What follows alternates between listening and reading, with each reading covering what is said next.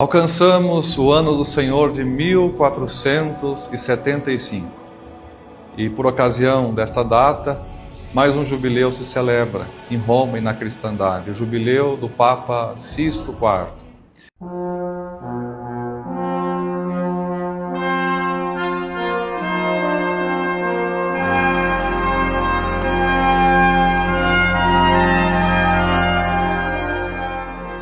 Esse jubileu possui uma primeira particularidade. E qual é essa particularidade? Uma nova alteração na cadência cronológica da celebração dos jubileus. No dia 19 de abril de 1470, o Papa Paulo II publicou uma bula chamada Ineffabilis Providentia. E nesta bula, o Papa define que a cada 25 anos os jubileus deveriam ser celebrados, não mais a cada 50 anos, como há pouco Nicolau V havia definido. E qual é a razão pela qual o Papa Paulo II define essa nova etapa cronológica? Ele argumenta pela fragilidade humana e brevidade da vida. Com efeito, naquela altura, a expectativa de vida era muito breve. Muitas pestes, muitas contingências, inundações, desnutrições em virtude de má alimentação levavam as pessoas a viverem pouco. E o Papa, então, desejando permitir que as pessoas participassem de maneira mais profusa dos benefícios espirituais e salvíficos do jubileu, assim define, a cada 25 anos. E esta sua decisão perdura até hoje. Continua até hoje na Igreja a métrica dos 25 anos. Papa Paulo II acreditava ele poder abrir o jubileu, porém no dia 28 de julho de 1471, aos 53 anos de idade, o Papa falece. E a abertura então do jubileu compete ao seu sucessor, o Papa Sisto IV, cujo nome de batismo era Francesco della Rovere, tio do Papa Júlio II, posteriormente eleito. E o Papa Sisto IV era um Papa franciscano, uma pessoa austera, mas que encarnava o espírito do seu tempo. Era um humanista. De fato, foi o Papa Sisto IV quem, no ano de 1471, logo após eleito para a sede de Pedro, fundou os Museus Capitolinos. Juntou uma coleção de antiguidades romanas que estavam guardadas no Palácio do Latrão, a residência pontifícia, moveu-as para o alto do Monte Capitolino, no chamado Palácio dos Conservadores, a colina lendária da antiga Roma, e diz assim: essas peças, essa riqueza não pertence ao Papa, mas pertence ao povo romano, porque são signa imperii, isto é, são sinais do império, da glória do império. E assim nasce o primeiro museu público do mundo, por vontade de um Papa humanista.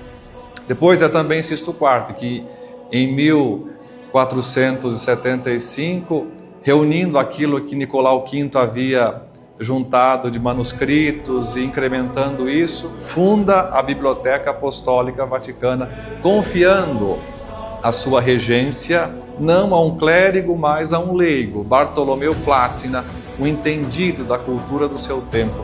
Tudo isso para dizer, Sisto V era alguém que pensava para além da sua época. Por isso, logo eleito Papa, em 1471, ele confirma aquilo que o seu antecessor Paulo II havia definido acerca dos 25 anos da celebração jubilar, do intervalo para a celebração jubilar. E no dia 29 de agosto de 1473, publica a bula Quemadmodum Operosi, mediante a qual ele convoca um jubileu a ser aberto no Natal de 1474, encerrando-se no Natal de 1475. E esse jubileu foi um jubileu renascimental.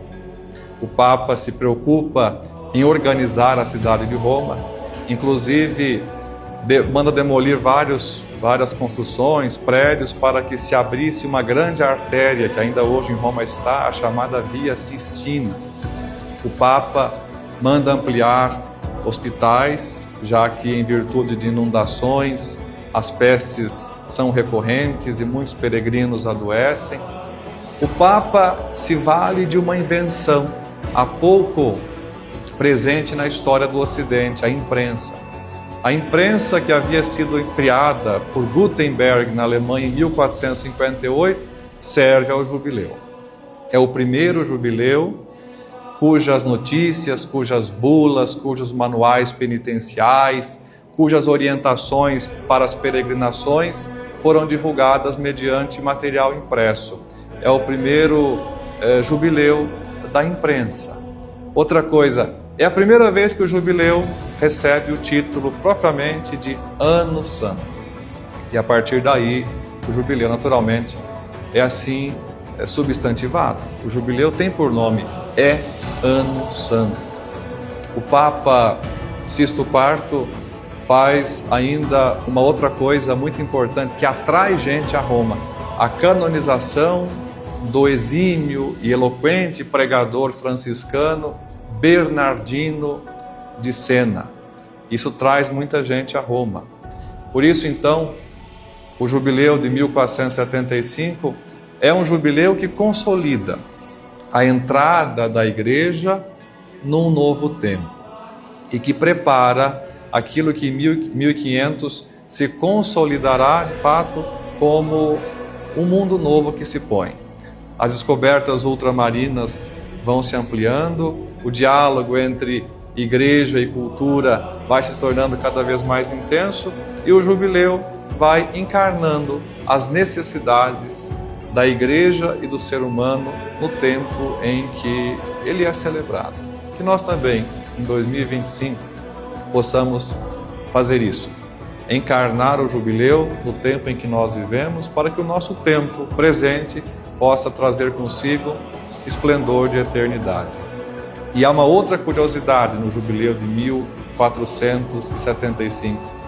Foi o ano do nascimento de Michelangelo Buonarroti, a 6 de março de 1475. Nasceu o gênio da pintura que depois haveria de dar a nós, dar aos nossos olhos, dar à nossa alma a beleza incomparável de estátuas, afrescos da própria Basílica de São Pedro, que a partir do século XVI se construirá sobre aquilo que era a Basílica Antiga de Constantino. Obrigado pela companhia e até o próximo episódio.